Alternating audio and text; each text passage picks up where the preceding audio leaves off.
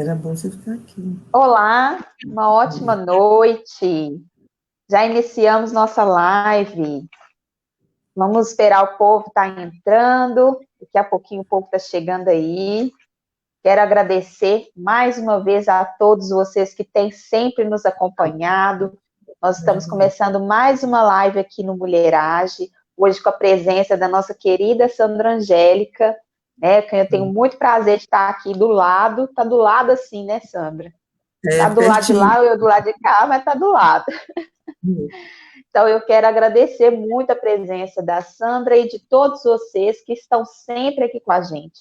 Eu tenho visto que nós estamos tendo umas pessoas que estão frequentemente aí acompanhando as nossas lives. Estou gostando muito dos comentários que vocês estão deixando. Sempre que possível, eu dou uma olhadinha lá, depois que acaba as lives também, para a gente ver o que o pessoal está falando.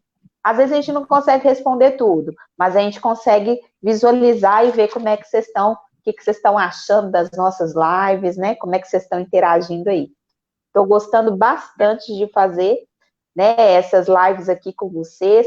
Cada dia tem sido um aprendizado, viu, Sandra? Muitas pessoas ficam meio tenso, né, de participar dessas lives, mas é um aprendizado todo dia. A gente, cada hora que abre esse ao vivo, o coração quase dá sai pela boca. Mas nós estamos aqui porque a causa é nobre e justa. Então, nós vamos fazer live aí para as pessoas nesse momento de pandemia, isolamento social, as pessoas estão aí em suas casas, espero que todos bem, né, se cuidando. E aí nós vamos falar um pouquinho, né, o nosso tema de hoje é os impactos da pandemia na educação. Nós vamos falar aqui com a Sandra Angélica, que vai se apresentar daqui a pouco. Nós já chegamos aqui, o Renato Siqueira, que está sempre nos acompanhando aqui, falando que é uma alegria escutar um tema tão importante. De fato, é um tema importante. Tudo que relaciona ao nosso momento, né, no nosso dia a dia, é algo que é extremamente importante a gente debater, né? A gente conseguir compreender esse processo que é novo para todos nós e que nós estamos passando por ele. Né? Eu espero que nós estejamos passando, que seja passageiro. E aí nós Nossa. vamos conversar um pouquinho sobre esse momento de pandemia, sobre a educação, que é algo que a gente tem sempre que lutar, né, pelo direito à educação, pelo acesso à educação de qualidade, e nada melhor do que nós estarmos aqui com alguém que entende sobre isso, Sandra Angélica, né, que é aí uma profissional da educação, uma professora aí conceituada, estava lá, né, está lá como vice-diretora no José Salustiano, vai estar aqui com a gente conversando um pouquinho sobre esse momento de pandemia, nessa época, né, de pandemia, e a educação aí. Então, quero agradecer muito esse canal Mulheragem que a gente tem feito, no intuito de fazer com que as mulheres tenham espaço, lugar de fala. Nós teremos aqui sempre um convidado, uma convidada, e nós vamos falar sobre diversos temas a partir da cultura. Então, nós vamos falar sobre cultura, nós vamos falar sobre educação, nós vamos falar sobre diversos processos, né, nas nossas vidas a partir da cultura. Eu sou Poli, sou pré-candidata a vereadora aqui no município de Betim e tenho feito esse trabalho dessas lives, né, de conversar com vocês, para que a gente consiga fazer, em algum determinado momento, pensamento crítico das coisas que nós estamos vivendo. Então, a gente sempre vai falar de alguma coisa que a gente está passando, por um momento que a gente está vivendo, e sempre buscando a refletir. Nós temos aí a Noelle, agora mesmo passou um outro nome, eu não consegui ver direitinho. Você conseguiu ver, Sandra? Eu vi o Ricardo, o Renato Siqueira e uma pessoa A outra eu anteriormente. não vi. Eu não vi. A Noelle dando boa noite, falando aqui que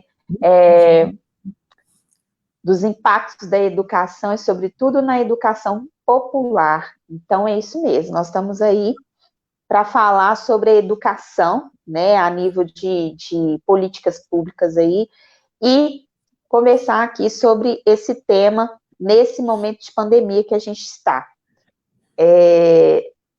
Ah, sim, o Renato também falando aí que é mulheragem. Então, assim, mulherada, nosso intuito é fazer vocês agirem mesmo. Então, nós sempre temos aqui grandes mulheres, né, que estão fazendo aí grandes, estão dando grandes contribuições no nosso município, grandes contribuições em todos os espaços que elas estão. É a Rosângela deu boa noite. Boa noite, Rosângela. A Então, Jade nós também estamos... está por aí. Jade? Isto, a Jade. Um abraço, Jade. Então, nós vamos começar a nossa live. Vou pedir a essa, né, essa pessoa maravilhosa que é a Sandra Angélica para estar se apresentando para a gente começar o nosso bate-papo aqui. Sandra, que eu já conheço já tem um tempo, né? Onde que eu fiquei durante 4 anos atendendo uma escola que ela está atualmente como vice-diretora. Ela teve um período lá também, da época que eu estava trabalhando. Então, é um prazer ter você aqui, Sandra, nesse momento que nós estamos fazendo essas discussões. Então, eu queria que você se apresentasse aí para as pessoas. Boa noite a todas, boa noite a todos, boa noite, Poli, obrigada por esse convite, um prazer estar aqui com você. Ao final, eu vou estar falando também, mas assim, eu aceitei esse convite porque você manifestou que hoje é o Dia Nacional, né, dos Profissionais de Educação, então eu acho que tem tudo a ver com aquilo que o meu trabalho e a minha profissão. Agradeço, então, pelo convite. E vou falar um pouquinho de mim, né? E me chamo Sandra Angélica, sou professora de História, mas eu vou falar da minha origem, porque eu gosto sempre de falar, porque a minha história é um pouco parecida com a história de muita gente aqui de Betim. Meus pais casaram e mudaram para Betim. Meu pai trabalhava na empresa de terraplanagem e veio construir a 381, que, né, caso na época era Petrobras. Mas por um acidente assim, de projeto, de planejamento, eu acabei nascendo na cidade de Barão de Cocais, porque minha mãe planejava ir para o interior, na terra da mãe dela, e passou mal, e eu nasci lá. Mas eu me considero betinense. Então, eu nasci nessas circunstâncias. Eu morei aqui 2 anos, depois nós mudamos, meu pai continuou nesse trabalho, então mudava muito, e quando eu tinha 11 anos, nós voltamos para cá. Então, desde essa época, estudei, né, minha adolescência toda aqui, estudei na Afonso Pena, mas quando eu fui morava na Chácara, gostava demais daquele ambiente ali do bairro Chácara, minha adolescência toda lá. Quando eu fui fazer o ensino médio, eu fui estudar, morar na casa da minha avó e das minhas tias, lá no interior, cidade chamada Itambacuri. Então, foi lá que eu fiz o ensino médio, e a partir desse lugar é que eu comecei a despertar por essa consciência de cidadania. Lá eu tinha um contato muito próximo com as irmãs Clarissas, com os freis, e conhecendo, né, Frei Leonardo Boff, as suas ideias, teologia da libertação, conhecendo Paulo Freire, que eu comecei a me despertar para isso, e participar da pastoral, as pastorais de igreja, que eu participava muito. Quando eu formei, eu voltei para Betim, imediatamente eu comecei a trabalhar na educação, que eu fiz magistério, né, gosto muito, sempre gostei, e assim, é um lugar que eu nunca poderia ter escolhido outro diferente. E de imediato que eu comecei a trabalhar, eu também me aproximei do sindicato. Naquela época, a presidente era a Terezinha Assis, e ela tinha sido minha professora. Então, eu me filiei, na época se chamava UT, Sindicato Único do Ensino. E aí eu me filiei ao Sindiúte, e imediatamente também começou a greve. Naquela época as greves eram muito longas. Governador Hélio Garcia, aquelas coisas todas. E quando a Terezinha saiu, saiu da direção, eu logo comecei a participar da direção da UT, que depois veio se transformar em Sindiúte, né? Mudando de ensino, justamente a data de hoje diz tudo a ver com a luta do sindicato, saindo da ideia do ensino para a ideia dos trabalhadores em educação, né? Porque a escola não é feita somente de professor e aluno, a escola é feita de todo o corpo que está ali, que contribui, é uma engrenagem que parece que as coisas são muito fáceis e simples, e não é, precisamos de todos. E depois eu passei, né, a ser presidente do Sindiúti. Foi justamente nessa época, um pouco antes, né, mas nessa época que a Maria do Carmo, né, ganhou na primeira eleição, eu era presidente do sindicato, e não existia um movimento organizado na rede municipal, porque os trabalhadores eram seletistas. Então, em 92, ainda estava naquele processo, que a Constituição de 88, depois veio a construção, né, veio a questão de decidir se era estatutário ou seletista. Quando veio a opção, começou os concursos, e a partir daí que começou a organização. Já tinham alguns profissionais, mas eram poucos que eram seletistas. E a rede municipal mesmo foi no início da gestão do governo da Maria do Carmo, a primeira gestão do PT em Betim. Então, assim, isso foi tudo junto. Nessa época também eu estava fazendo história, fiz história na PUC, do Coração Eucarístico, que Betim não tinha faculdade, né? E aí as coisas essa luta foi muito bacana, porque foi nessa época que nós fizemos o Estatuto da Educação e o PCCV, todo durante a gestão da Maria do Carmo, e eu como presidente do sindicato. Depois, na gestão seguinte do GESOS, eu passei a trabalhar na Secretaria de Educação, e né, naquela época, depois, no passado, voltei para a escola que eu sempre trabalhei, eu já trabalhei em outras, mas tem 20 anos que eu sou lotada na José Salustiano Lara. Inclusive, quando eu estava no governo do GESOS, eu fui lá no bairro, ajudei a fazer a discussão com a comunidade, porque aquele espaço ali, que é muito bonito e todo mundo gosta, né, era um campo de futebol. E a comunidade abriu mão do campo de futebol para construir a escola, porque só tinha um prédio antigo e a comunidade estava crescendo muito, foi construído o Distrito Industrial do Bandeirinhas. Então, foi tudo junto. A Maria do Carmo, o GESOS fez um prédio, e quando a Maria do Carmo voltou no outro governo, eu já como secretária, fiz o outro prédio. E atualmente eu estou na escola, estou como vice-diretora.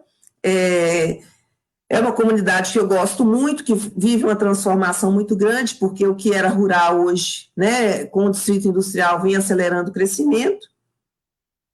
E o que eu posso dizer mais dessa síntese da minha vida, que a coisa mais importante da minha vida foi que eu tenho uma filha de 20 anos, a Isadora. Nossa, a Isadora já está gigante. Nossa, a Sandra, de fato, é uma história muito bonita, né? A educação está aí na sua veia já tem anos, né? Então, a gente vê essa trajetória sua tão marcante, bonita e contínua, né? Está até hoje nessa luta da educação. Então, assim, é um prazer te ter aqui, é um prazer você ter aceitado o nosso convite, por estar aqui com a gente e falando sobre essa sua trajetória. Eu tive o prazer, né, de trabalhar como conselheira tutelar e fiquei 4 anos referência dessa escola. Então, assim, a Sandra sabe que de vez em quando, de vez em sempre, né, a gente estava indo lá, conversando, sempre tendo alguma coisa para a gente estar fazendo ali dentro da escola. Então, a gente sempre, muito contato com a escola. José Salustiano também é uma escola que, durante um grande tempo também, né, nesse período que eu estive lá ativamente participando, é uma escola muito importante ali na comunidade, né, o Bandeirinhas ali, ele tem toda a sua particularidade, né, Sandra? E, assim, eu gostei muito de trabalhar né, no Conselho Tutelar e trabalhar diretamente com as escolas, fazendo parcerias bacanas, né, e tentando desenvolver um bom trabalho de parceria aí com a educação. Então, nós vamos começar a falar um pouco sobre, né, esse momento que nós estamos vivendo.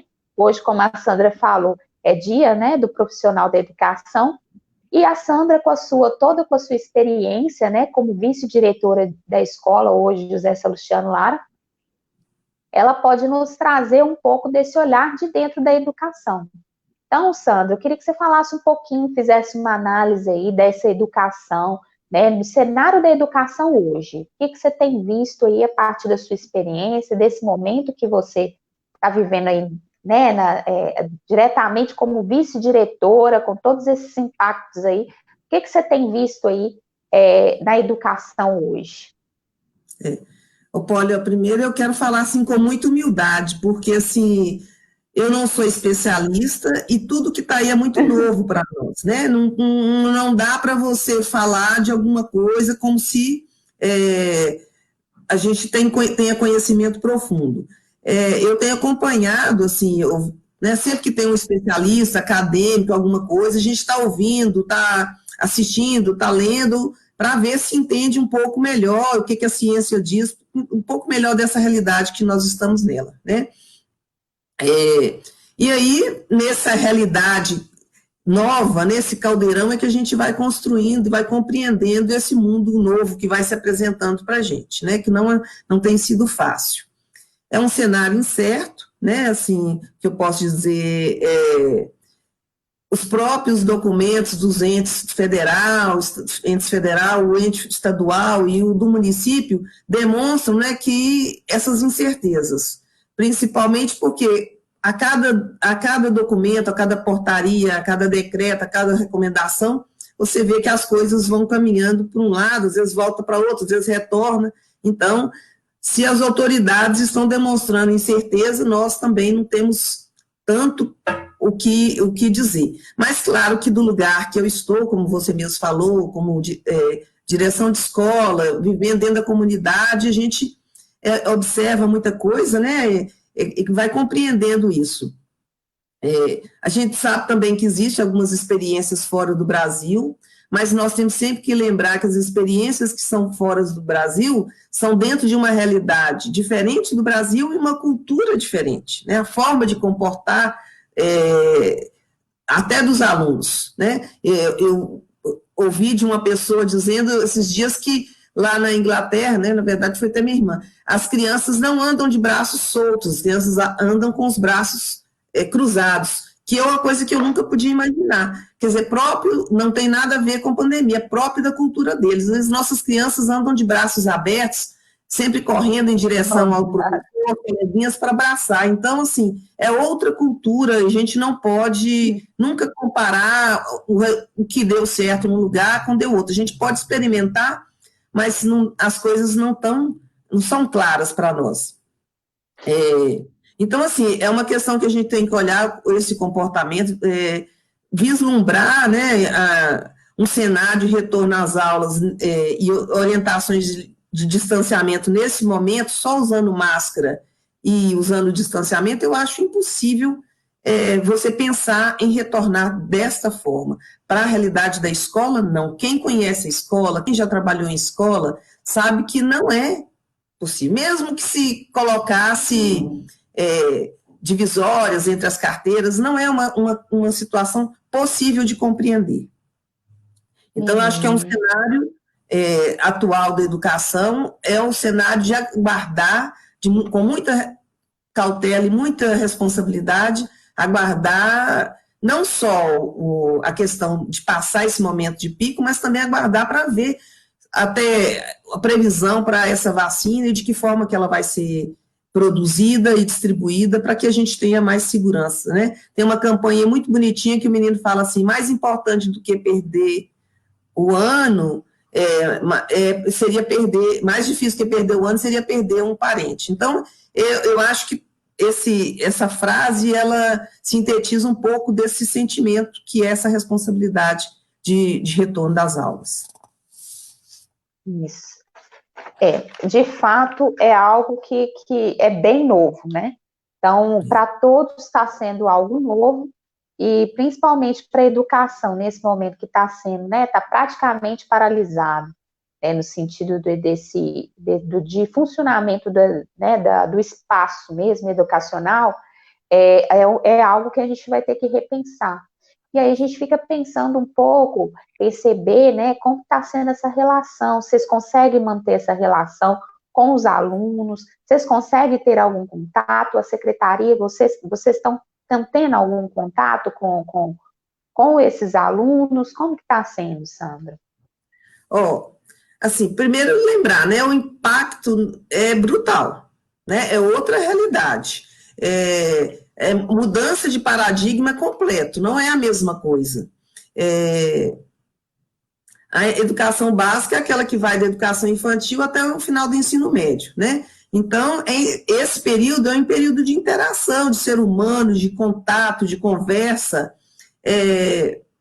Inclusive, na educação infantil, é a idade que a gente fala que a criança vai para a escola para socializar, né? Então, totalmente diferente de tudo que a gente pode estar pensando. Esse contato, esse lugar do encontro já não existe mais. Agora, é importante a gente lembrar que o lugar da vida profissional, a escola pública, né, o lugar escola pública não é igual à escola ou à escola privada. Nós hoje, o que aconteceu que a pandemia possibilitou foi ampliar, né, trazer uma lupa e ampliar aquilo que já era muito forte, que é o distanciamento das divisões sociais no Brasil, e aí isso ampliou de uma forma enorme, né? Então, assim, tem profissionais e tem instituições que têm trabalhado no caminho de aulas remotas, nesse sentido.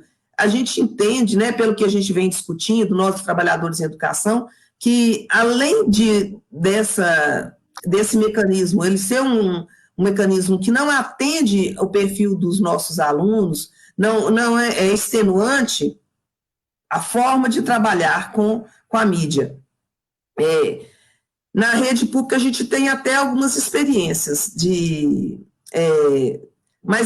aula remota, mas ela vem apresentar essa realidade brasileira. Eu vou falar um pouquinho, principalmente lá do Bandeirinhas, porque a escola, nós não somos uma ilha, a escola é a realidade que a gente tem no país. Qual que é a realidade o retrato que nós temos no país?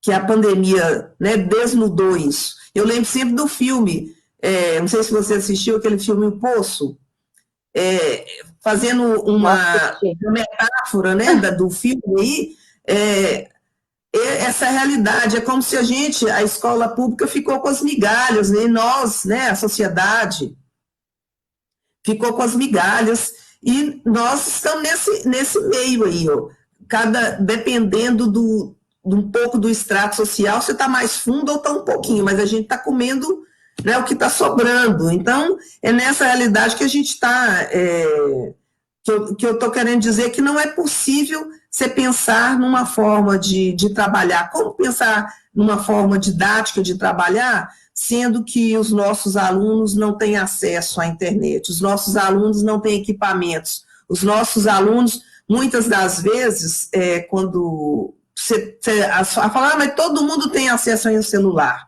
O celular, ele não representa a acessibilidade da comunicação da internet, né? Nós mesmos, dentro de casa, com algum tipo de estrutura, de tecnologia, nós estamos vendo as dificuldades que elas representam. Às vezes, a mãe, quando tem um celular, ou adolescente, são 2, 3, 4 crianças dentro de casa. Como que você vai trabalhar a didática, né? Como você vai trabalhar a questão da relação aluno através de um celular? Então, concordar em ter aula, trabalhar a questão do aprendizado, nesse momento, é você pactuar com uma segregação ainda maior.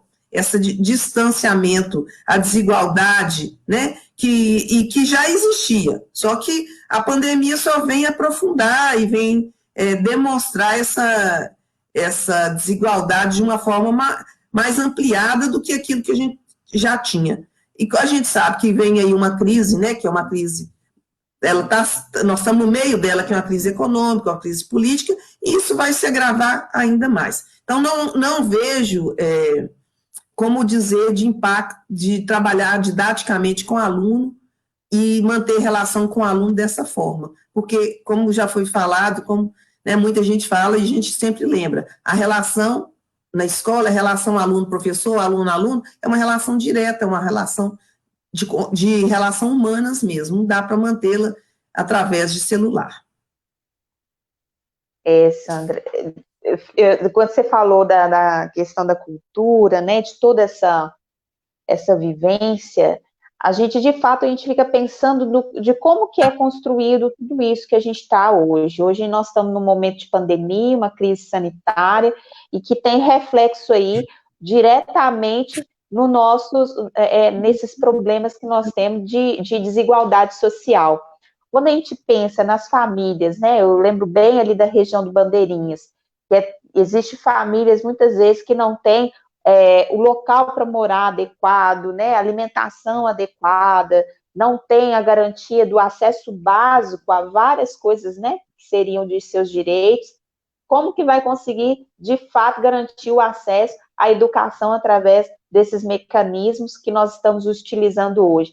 Hoje nós estamos conversando aqui, mas é algo que nós estamos aprendendo a utilizar esses mecanismos, né, mas é algo que nós estamos acessando. Muitas pessoas não têm acesso a esse tipo de estrutura, né, não tem, a questão de ter um telefone, os dados móveis, né, a internet, ela gera um custo, e as pessoas hoje, né, devido a essa crise de sanitária que nós estamos vivendo, as pessoas têm que preocupar com a alimentação. Então, como investir, né, na tecnologia, em algo para os filhos estarem fazendo as aulas, sendo que as pessoas também precisam de preocupar com as suas coisas básicas, né, de alimentação da sua vida.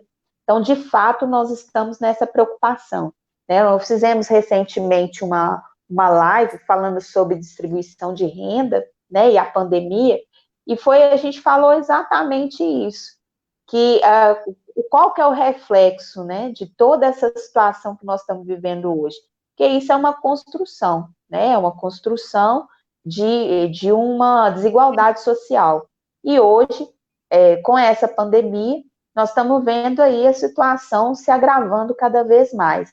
E aí, priva vários direitos. Aí nós estamos falando de direito à saúde, estamos falando do direito à educação, estamos falando aí, né, dos direitos básicos aos acessos, né, que a gente, das políticas públicas, que estão sendo aí cerceados devido tanto à questão do isolamento social, tanto também à questão, né, dessa problemática das desigualdades sociais. Então, a falta de acesso, ela já existia, né, hoje ela só apareceu, como você falou mesmo, ela está escancarada aí para a gente ver. As pessoas sempre estiveram nesse espaço, né, dessa desigualdade, e acaba que, neste momento, nós estamos com dificuldade de garantir o acesso básico à educação.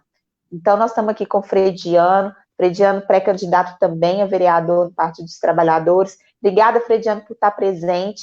Teve aí o Gabriel Casaldáliga, que estava aí com a gente também. Teve outras pessoas que entrou aí. Mando um beijo para vocês, peço para vocês ficarem até o final, tá? Para a gente continuar batendo esse papo aqui.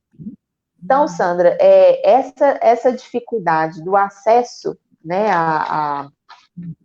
criar acesso para essas crianças, esses adolescentes estarem, né, com acesso à educação, ela com certeza deve ter uma dificuldade aí até mesmo para a família, né? Eu não sei como é que você deve pensar assim, mas eu vivo pensando muitas vezes esses pais que essas crianças estão em casa, muitas vezes eles não conseguem orientar os filhos no que eles possam fazer.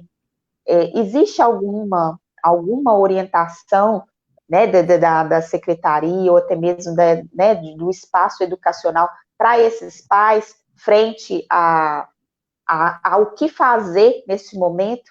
Porque, né, nós estamos aí com tudo parado, né, a educação hoje está parada, a gente sabe da fragilidade das famílias, frente, às vezes, né, nem essas famílias nem ter, né, o ensino para que continue ajudando seus filhos, né, a estudar.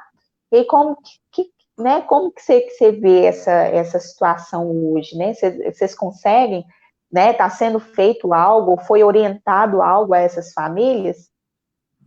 Tá. Primeiro, eu queria cumprimentar aqui, mandar um oi para a Leila. A Leila está aqui também. Elaine Cristina, para a Kátia Lobo, só mandar um abraço para elas que estão assistindo. Olha, vamos voltar aqui primeiro na questão da educação à distância. Primeiro, a educação, a gente sabe que é um direito humano, é um direito fundamental, é um direito constitucional, consta, né? Nós temos, além da Constituição, nós temos a LDB, que hoje é LDB, e quando foi pensado a educação à distância, né, ela foi pensada para uma outra estrutura. Ela foi pensada para atender um público universitário, um público de pós-graduação, né, que são pessoas adultas que vão para aquela tipo de plataforma, vão para aquele modalidade de ensino, entendendo qual era a sua dinâmica. E então não dá para você pegar um modelo que foi pensado com um objetivo e tem um público determinado, observada as suas interesses, e tentar encaixá-los para a criança. Então, isso eu acho que é uma coisa que tem que ser, não pode ter divergência nesse sentido. Isso que está acontecendo agora na pandemia, com, né, o estudo remoto, é uma alternativa que foi feita, né, em algumas instituições privadas tem muito, né, é uma alternativa que está sendo feita numa situação emergencial, mas a gente vê, né, nos depoimentos, nas brincadeiras, como que as famílias estão desgastadas, como que os professores estão desgastados com isso. Aqui em Betim, a Secretaria de Educação criou uma plataforma chamada Estuda Betim. Ela apresenta várias atividades, essas atividades, elas são atividades que os alunos podem ir fazendo, tem muita coisa lúdica, tem questões, até agora iniciaram alguma coisa voltada para a arte, que eu acho que é uma alternativa, mas não concordo com uma linha que vem sendo ampliada, muitas vezes, até de uma certa forma, a secretaria não determinou, mas incentiva. Eu vou relatar aqui para você como que acontece. Muitas escolas estão, por iniciativa própria, com as melhores das intenções, reproduzindo material e entregando para os pais. Há um incentivo a isso, por parte do gestor público. No entanto, esse não é o caminho, porque você coloca em risco quem está indo, quem está recebendo, né, a pessoa que vai buscar. O papel, a gente sabe que é um material que leva e transmite. Então, assim, é uma situação alternativa e que não foi determinada pela secretaria. Isso não representa educação para todos, que é o que está garantido nos direitos humanos, nem na Constituição. Isso não representa efetivar uma educação, porque o processo de ensino-aprendizagem ele é mais complexo, ele demanda de um diálogo com aquele que está aprendendo, né? E isso é dialético, ali junto, um com o outro. Então, não é por aí, e a Secretaria de Educação, embora não determinou, porque também nós temos uma categoria muito articulada, um sindicato muito mobilizado, então tem trabalhado nessa negociação e garantido que permaneça também a preservação dos profissionais, e tem muitos profissionais que foram desligados também, aqueles que a gente fala que faz a flex, então nós não temos o quadro completo hoje na escola. Então, pela Secretaria de Educação, não existe nenhuma determinação, existe esse portal, chama Estuda Betim, mas existe, por outro lado, um incentivo para que as escolas façam por conta própria, o que eu acho mais perigoso e a forma menos institucional ainda, porque se existe uma instituição chamada Secretaria de Educação, é ela que tem que dar o norte para esse tipo de situação, apontar caminhos, apontar soluções, né? Criar protocolos de ação, é assim que as coisas funcionam. Então, Sandra, eu acredito, né, isso que você falou, eu concordo plenamente, porque a secretaria ela tem que criar estratégias que, inclusive, preservem, né, essas crianças, esses adolescentes. E dessa forma, sendo feito dessa forma, acaba que coloca a exposição. Então, hoje, como a gente está falando que a única coisa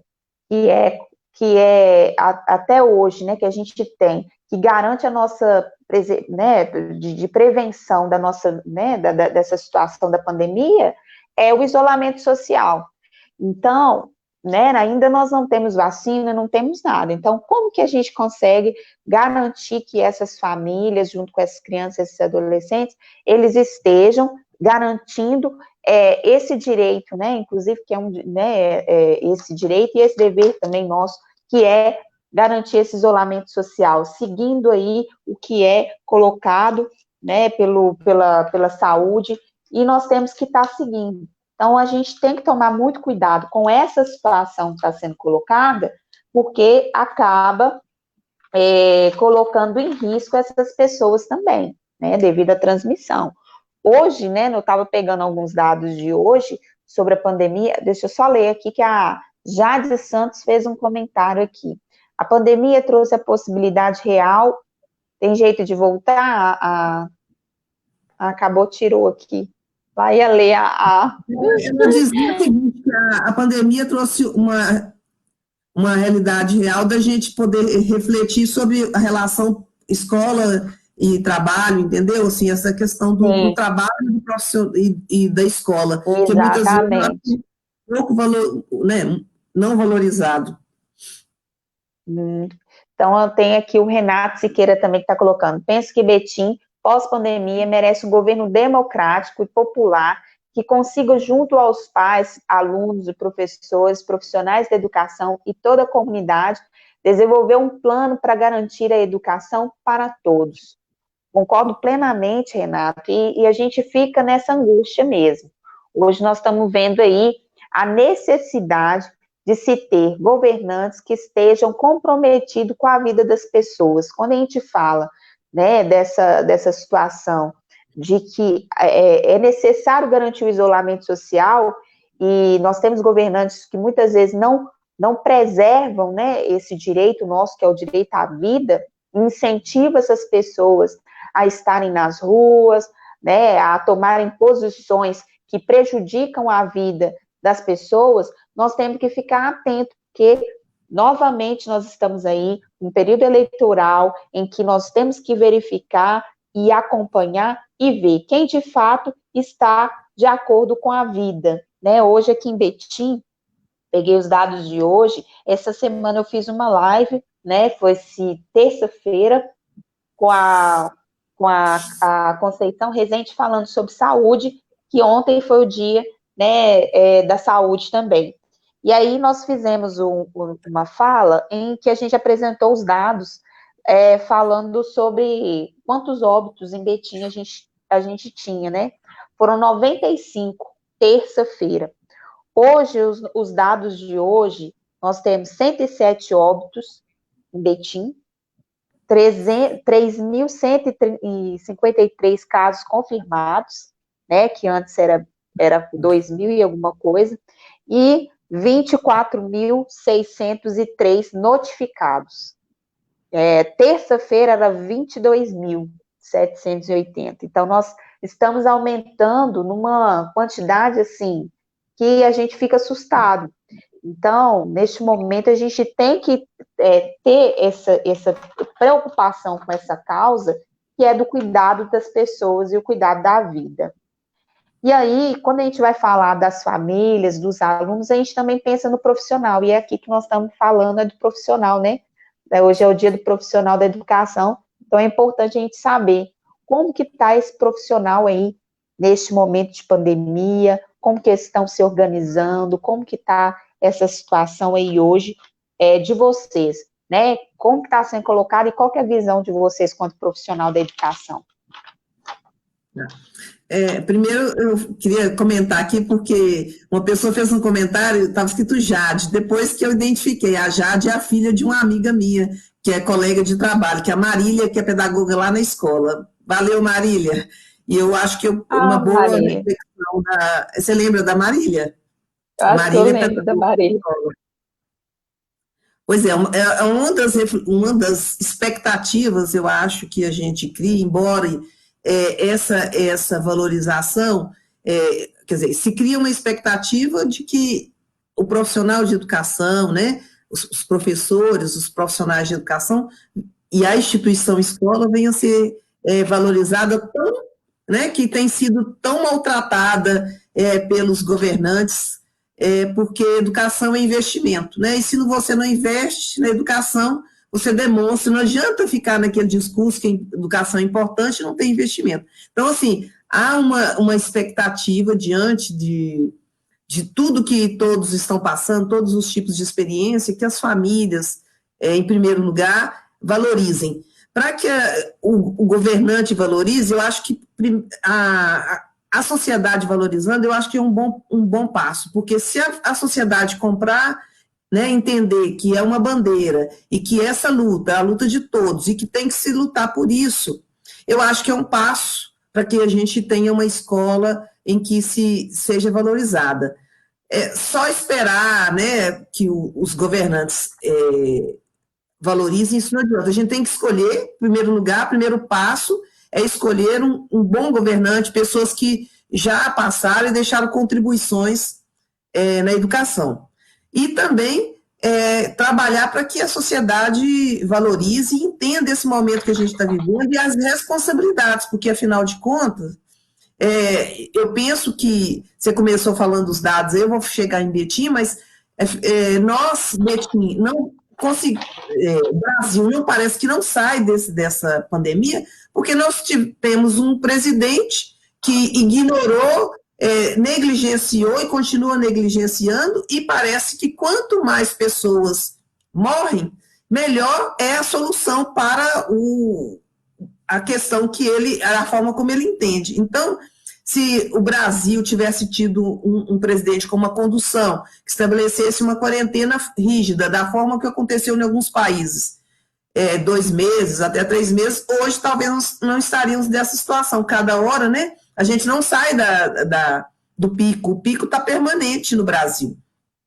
Eu lembro de uma live do Átila, que ele demonstra o seguinte: chegou num ponto que ficou na horizontal. Nós não saímos desse enquanto Brasil, né? Pode, às vezes, alguma região ter passado, outras não, mas nós continuamos no pico. O Brasil continua no pico constante, então nós não vamos sair dessa situação dependendo disso. Mas aí você estava perguntando sobre a questão dos profissionais, né? Dos profissionais de educação e todos os trabalhadores que estão nas escolas. Tem uma situação nova aí, então, voltando lá para a questão das escolas que têm buscado alternativas, e a alternativa que essas escolas têm buscado, já que a gente sabe que a desigualdade não permite que todos tenham acesso à internet, que todos tenham acesso a equipamentos. Então, começou a reproduzir esse material. Isso não veio uma determinação, mas há um incentivo da secretaria. E com isso veio a questão da entrega das cestas. Você deve ter acompanhado aí, né, que nós passamos por um período que houve a entrega das cestas. Algumas escolas também, aqui em Betim, entenderam que esse seria o caminho de aproveitar essa oportunidade da entrega das cestas, né, para entregar as atividades. E com a entrega das cestas, nós tivemos que ir para as escolas. Eu depois gostaria de ter a oportunidade de estar contando essa história das cestas, para que as pessoas entendam melhor como é que se deu isso. Mas os pais, né, vamos lembrar aqui, os pais não têm, muitos deles não têm, eu estou falando sempre, gente, de um lugar, e o lugar é a comunidade do Bandeirinhas, onde que eu conheço muito bem, né, então, assim, muitas vezes os pais não têm uma formação apropriada, muitas vezes tem a questão, né, da falta de paciência. Eu tenho situações, né, realidades assim, família mora muito distante, em zona rural, ou os pais, né, o pai sai cedo para tirar leite, trabalhar na agricultura, a mãe fica com as crianças, dinâmicas de vidas né, muito inviáveis, para que os pais, às vezes, vão na escola buscar as atividades. Tem mães pais que saem para trabalhar muito cedo e voltam fora daquele horário que a escola está aberta. Então, tudo isso faz com que esses instrumentos eles não sejam eficazes, que a gente tem buscado jeitinhos, né, que o jeitinho brasileiro, sempre buscando um jeitinho para tentar efetuar. E o profissional também ficando exposto. Mais expostos nós ficamos foi agora com essa história da cesta, que eu gostaria também de estar relatando como é que aconteceu. É uma história, tudo foi muito polêmico, mas vale contar a história.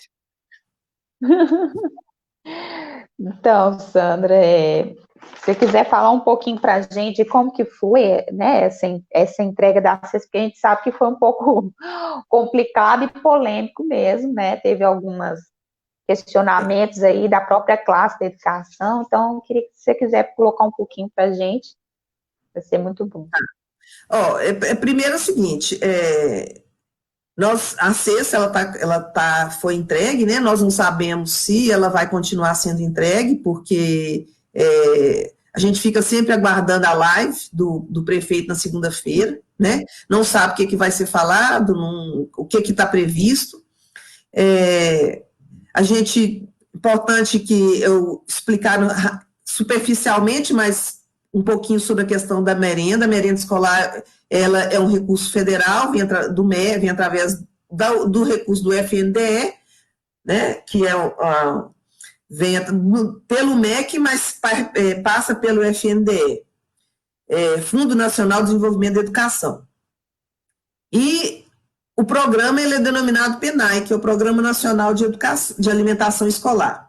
E esses recursos federais, eles são transferidos para os estados e para os municípios. E são parcelados ao longo do ano, 10 vezes, parece que até 12 vezes, dependendo, 10 vezes. E o último dia de aula que nós tivemos foi em março, 17 de março. Somente em abril que nós tivemos uma notícia que ia sair um recurso para as famílias, né? Esse recurso ele saiu somente para quem tinha cadastro no CAD único, que é as pessoas que tinham o direito à Bolsa Família. Nós, inicialmente, não entendemos, porque ficou estranho, porque a merenda escolar ela é de direito de todos, né? E todos os alunos, independente de ter Bolsa Família ou não ter. E aí pareceu que foi uma saída emergencial naquele momento. Então, se acreditava que logo em seguida iria se regularizar.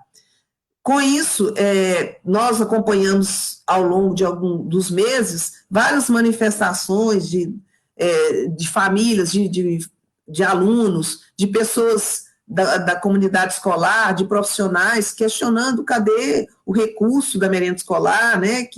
E a gente ia para a escola, encontrava com as pessoas, as famílias assim, em situação muito difícil, cobrando e querendo, passando necessidade, precisando do recurso da alimentação escolar. E nós na escola ficávamos angustiados, né, sem saber o que fazer, sem ter uma resposta. E aí teve uma reunião de diretores. Nessa reunião de diretores teve muitas cobranças, e 2 meses, né, agora em julho, foi informado que ia ser entregue essa cesta merenda, ou cesta aluno, ou kit aluno, tem vários nomes aí que foram denominados. A secretaria foi alertada que a forma como eles estavam pensando a distribuição, que seriam cesta, era complicado. Os diretores manifestaram nas reuniões, falaram que essa forma não ia estar contribuindo. Aí nós tivemos que ir para a escola, fomos planejar, fomos pensar na logística, comprar EPIs, que foi as escolas que tiveram que comprar, limpar a escola, adequar o ambiente, divulgar na comunidade com faixa, com carro de som, tudo isso ficou na nossa responsabilidade. Quando estava tudo pronto, porque não tinha mais, eu tinha feito a aquisição das cestas, cesta alimentação, Aí, quando estava tudo pronto, as datas divulgadas, equipes prontas para trabalhar, foi necessário desmarcar tudo, porque o cronograma que foi proposto pela prefeitura não funcionou. E quem conhece a cidade de Betim sabe o tamanho da rede municipal.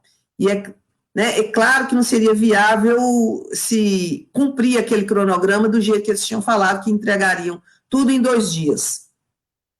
A entrega foi adiada, o prefeito teve que fazer uma live extraordinária com a secretária de Educação, e nós tivemos que comunicar novamente para a comunidade outra data. E aí nós fomos para a escola, né, a direção, os profissionais da secretaria, os agentes civis escolar, os atendentes de ensino, todos nós, né, equipados, porque a nossa escola, nós tivemos a preocupação de adquirir e comprar todos os materiais de cuidado. Agora, eu não tenho respostas sobre inúmeras perguntas, e eu até deixo umas aqui, porque assim, a gente fica sem entender. Porque quando se viu que ia ter a pandemia, né, por que desde março não pensou num cartão merenda aluno? Seria uma possibilidade. Por que foi os pais, colocou, né, expôs pais, alunos, funcionários, num período que foi denominado período de pico da pandemia?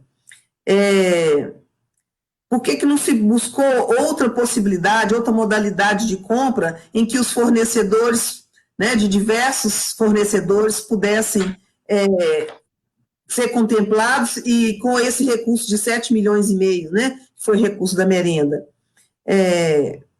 E se, por fim, né, que a pergunta que se os alunos serão garantidos, né, cestas nos próximos meses. Será da mesma forma? Quer dizer, tudo isso, nesse momento de incerteza, o gestor, né, nos deixa com mais incerteza ainda, porque não aponta respostas, não tem um programa, não tem um gabinete composto por secretários que podem atuar nas diversas áreas, e não dá para ficar esperando cada segunda-feira uma live para saber a resposta de alguma coisa num período tão complicado como esse, né? Então,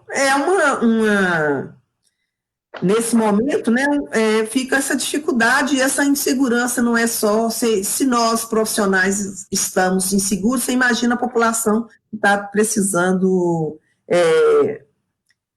dessas respostas. Então, não tem nenhuma resposta, é só incerteza nesse momento. Sandra, isso traz para a gente uma certa angústia, porque, de fato, né, foi feito alguns movimentos, inclusive, né, do próprio secretário de saúde, junto com vários professores aí, que fizeram manifestações falando e questionando o que estava sendo feito com esse recurso, né, que era direcionado à merenda escolar para que chegasse até a população. Então, de fato, né, ficou um longo período aí, né, sem essa resposta. Foi dado o primeiro momento, mas depois foi, né, retirado, e aí a gente não sabe como que vai ficar, de fato, se vai ficar nessa inconstância, como está sendo tudo aqui em Betim.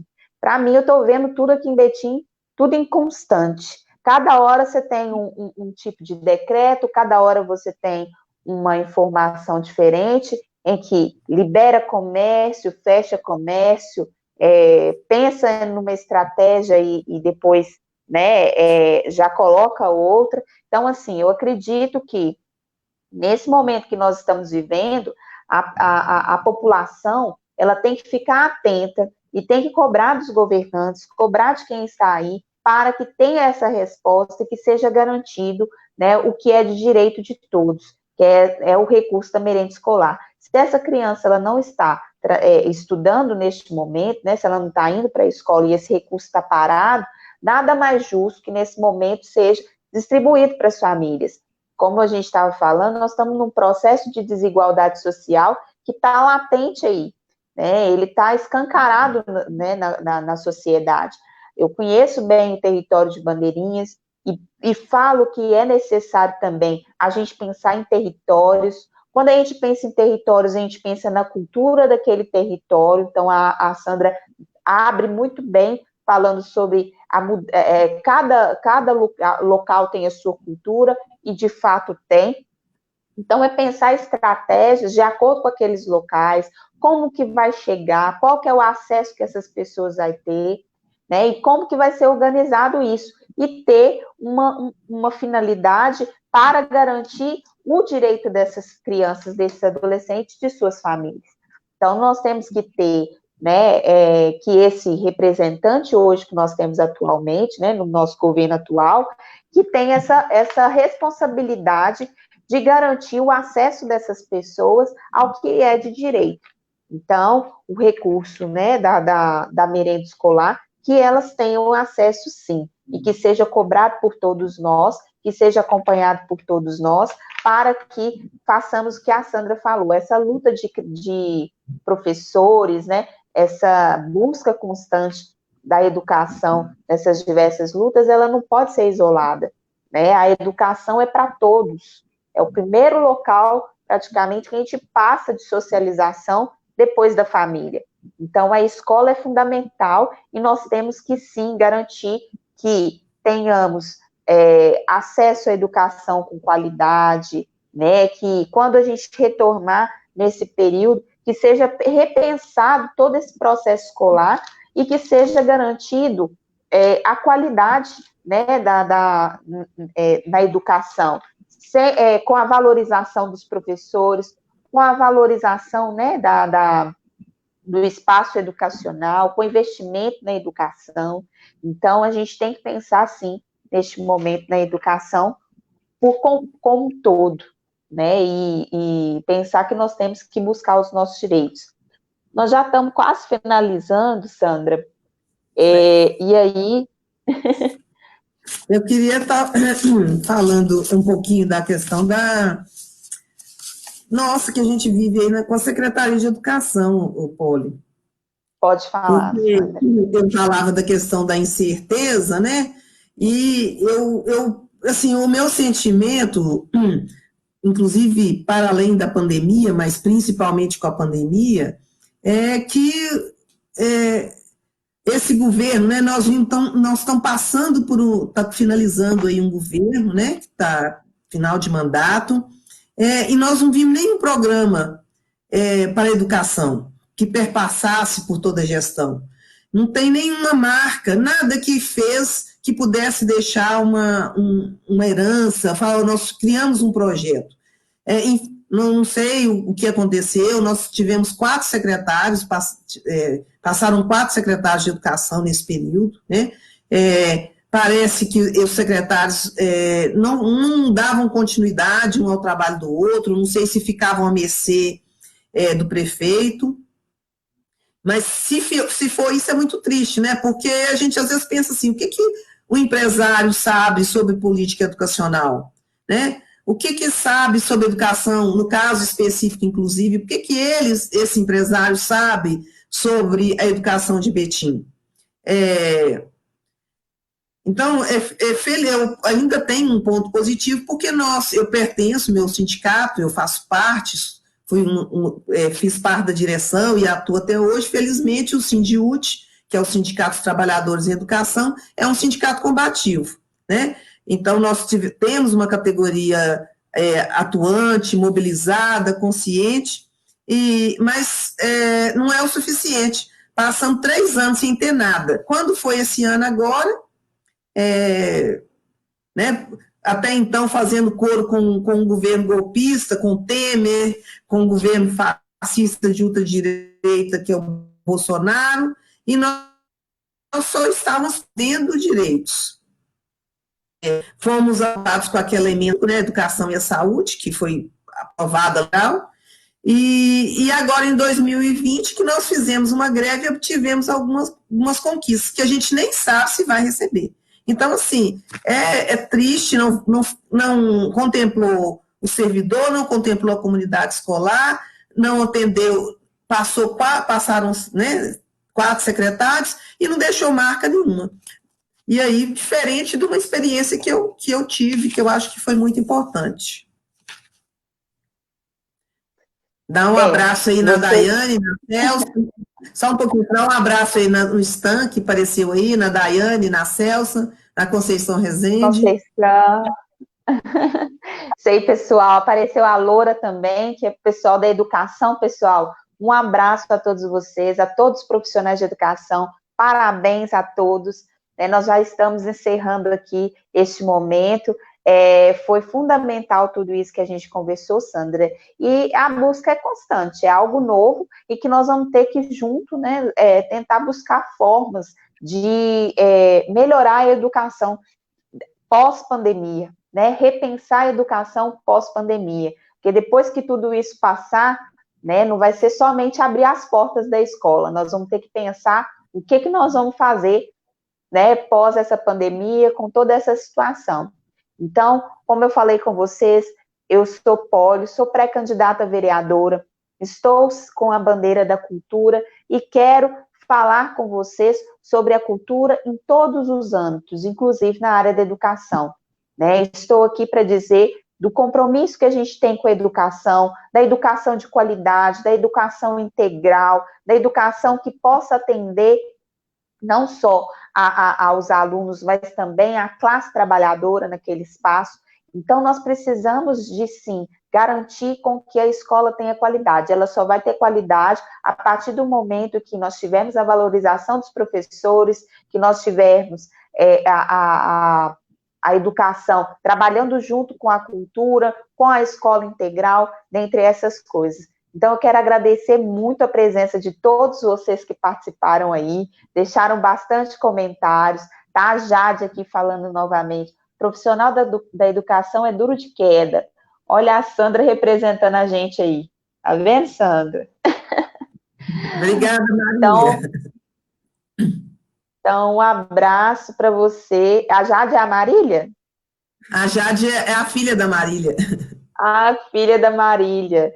Ô, Marília, um abraço para você também, né? Eu quero dar um abraço a todo o pessoal do José Salustiano, todas as escolas que eu acompanhei, Jorge Afonso Defensor, todas as escolas aí que eu estive presente, Sara Kubitschek, a qual eu formei, depois fui conselheira tutelar lá naquela, né, que atendia aquela escola também. Quero agradecer todos os profissionais de educação que a gente, em vários momentos, estivemos juntos, construindo formas de garantir direitos de criança e adolescente. E estarei aqui sempre fazendo isso. Independente de onde que eu estiver, educação, criança, adolescente, mulheres, a questão racial, a cultura, né? Tudo isso será a nossa causa, tudo isso é minha causa, e a causa dos trabalhadores também. Então, eu queria pedir ao finalzinho, a Sandra também conhece já o nosso canal, que é o Mulherage, e eu estou aqui do lado de uma grande mulher, essa mulheragem toda, que eu queria que dissesse para mim, aí para nós todos, o que ela vê de mulheragem, o que ela tem visto de mulheragem aí, e qual que é a mulheragem dela. Tá, Poli, é só para me entender, a nossa live, a nossa conversa aqui, ela tem um tempo limite, que eu acabei que eu não queria falar um pouquinho de quando eu tive a experiência junto com a Maria do Carmo na Secretaria de Educação. Eu estou vendo que está uma hora, né? Está bem longo já. Tem 1 hora, mas se você quiser fazer em uns 10 minutos, dá. Aí você já faz, já finaliza com o seu mulheragem para a gente encerrar. Pode ser? Tá. Tudo bem. E essa parte, de fato, é muito importante, que foi uma área que você trabalhou como secretário. Porque, como eu falei antes, né, eu atuei como secretária e eu acho que era importante eu deixar um pouquinho o registro aqui da minha experiência. Foi um aprendizado, eu tenho muito a agradecer dessa oportunidade. Naquele momento que eu falei da minha vida, eu não falei que eu sou filiada ao PT, né, sou petista, eu costumo dizer petista, graças a Deus, e sou de esquerda desde quando eu comecei a entender que existiam pobres e ricos. Eu acho que eu comecei a me identificar com isso, né, que tem que ser de esquerda, independente do partido, você tem que ter uma posição em que você vai atuar contra a desigualdade. eu me identifiquei muito com o PT, porque o PT tem um modo petista não só de pensar, mas de governar, que é a participação popular, voltado para a inclusão de todos, né? O objetivo principal é diminuir a desigualdade. E encontrei também na Maria do Carmo, em especial, um estilo diferente de cuidar, de acolher de todos. E aí, desculpa, dessa forma que nós atuamos na educação. Sem um aluno não tem como ser educador, né? E depois nós temos que ir conhecendo a realidade das famílias para atuar nisso, né? A educação tem que ser pensada das suas múltiplas esferas e nós trabalhamos pensando a integridade do aluno. E foi dessa forma que foi começando a se constituir a ideia, né, desde lá também a legislação já tinha, mas como nós somos elaborando essa ideia de escola integral, que é uma escola que tem que transcender a escola já determinada. A escola que nós temos hoje, ela é regida pela lei, ela tem dias e horas, né, 200 dias, 800 horas, que já são, e tem um currículo que você tem que garantir. E a escola integral, ela permite ultrapassar, ir além disso, né, ela veio com esse objetivo e houve uma identificação muito grande com aquele modelo, com aquele modelo de governar Betim. No momento que Betim precisava, né, muito, a escola veio em primeiro lugar, foi um divisor de águas no governo da Maria do Carmo, mas ela tinha o objetivo de atender o aluno nessas múltiplas necessidades do aluno, e depois, né, foi denominada Escola da Gente, passou a ser até um modelo, um modelo no Brasil, como um modelo de Escola da Gente, de escola integral, que funcionou e deu certo. Mas não foi só isso, né? Naquela época nós tivemos que pensar Betim e pensar educação. Eu acabei de dizer que esse governo não está deixando marca nenhuma para a educação, fica até incoerente eu sair daqui sem falar um pouco daquilo que a gente fez, porque como que eu estou criticando que o outro fez se eu não falar o que eu fiz? Então, quando eu digo é um conjunto de profissionais que trabalharam sobre, né, o comando da Maria do Carmo, que era prefeita, que conduziu toda essa equipe como liderança. Então, nós constituímos a rede de educação infantil, não existia rede de educação infantil, criamos os cargos, realizamos concurso, inauguramos creche e fortalecemos as instituições conveniadas, aquelas que necessitavam passar por reforma, questão do salário dos profissionais, tudo isso foi feito para ampliar e garantir o direito ao acesso da criança à educação infantil. Nós ampliamos o número de escolas, universalizando o acesso. Hoje não há falta de vagas para a educação fundamental em Betim, né? Qualquer criança tem vaga no ensino fundamental. Nós, naquela época também, junto com todos os profissionais do CRAS, do CREAS, do Conselho Tutelado, do Juizado da Infância e Adolescência, da promotoria, nós criamos o protocolo Cássio, que era para garantir a proteção e funcionamento de formas de rede de proteção. Nós realizamos uma conferência de educação, municipal de educação de Betim, né, que, nesse sentido que eu acabei de falar aqui, né, é um governo voltado para ouvir, para ouvir ouvir trabalhador, ouvir comunidade, ouvir alunos, os especialistas. Então você tem que construir esses fóruns de debate. Nós retomamos um antigo projeto lá do início do governo, do primeiro gestão da Maria do Carmo, que foi a Oficina Escola, que estava abandonada, nós retomamos com ele. Nós criamos um programa municipal de incentivo à leitura com inúmeras atividades, circuito literário, mostra literatura, prêmio Betim Literário, revista de Betim Literário, publicações de livros, o Projovem Urbano. Uma coisa muito importante que a cidade ainda não apropriou, que eu acho que a gente tem que valorizar muito, assim como a Maria do Carmo trouxe a PUC no primeiro governo, no segundo governo trouxe o IFMG, que é o Instituto Federal de Minas Gerais, uma escola federal para Betim, na região de São Caetano. Então, assim, é muito importante, né? E essa marca da Maria do Carmo, muitas das coisas que nós temos hoje, ninguém sabe o que aconteceu lá atrás, ou esquece, ou nós temos uma população, né, renovando aí, felizmente. Então, assim, eleição direta para diretor foi uma conquista lá do primeiro governo da gestão da Maria do Carmo, né? O CRAE, que é muito conhecido hoje, começou com um centro de referência no primeiro governo da Maria do Carmo. A oficina escola que eu falei começou no primeiro governo. Esse programa de saúde bucal, que é tão comum hoje pelo SUS, antes não tinha, começou assim. Naquela época, o primeiro no governo GES, nós tínhamos uma escola de verão, que era a escola que tinha nas férias para os alunos, então tinha isso aí. E, então, assim, foram inúmeras conquistas e realizações que eu ficaria aqui e vou te atrasar mais dos 10 minutos que você me autorizou, eu vou relacionar aqui todas as ações que nós realizamos, e a escola da gente, a escola integral, né, a escola da gente é o nome que foi dado no programa durante aquele governo, mas a escola de educação integral foi integrada com todas as secretarias, cultura, esporte, né, esporte e lazer, e todas as secretarias se envolveram, as instituições, as universidades se envolveram, então foi um trabalho que envolveu a cidade inteira. Então, assim, uma coisa que foi muito importante